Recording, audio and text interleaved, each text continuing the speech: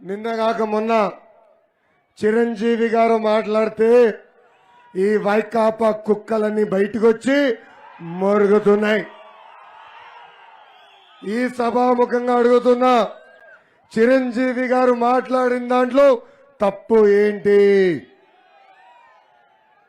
సినీ పరిశ్రమపై రాజకీయాలు చేయొద్దన్నారు. ప్రత్యేక హోదా, ప్రాజెక్టులు, రోడ్లు నిర్మించండి అని చెప్పారు. సంక్షేమంతో పాటు ఉపాధి ఉద్యోగాలు కల్పించమని ఆయన చెప్పారు. గత 4 సంవత్సరాలు 3 నెలలుగా ఈ ప్రభుత్వం పీకింది ఏమీ లేదు కనుకనే ఈ వైకాపా కుక్కలు భయపడి రోడ్డుపైకి వచ్చి మొరుగుతున్నాయి. అంబటి రాంబాబు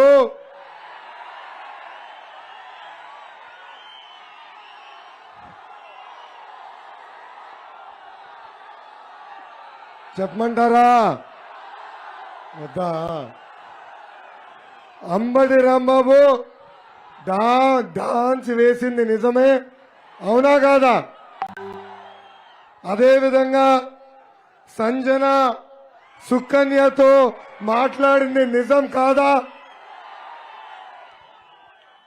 నిజం సినిమాలో చూపిస్తేనే వీళ్ళందరికీ కోపం వస్తుంది.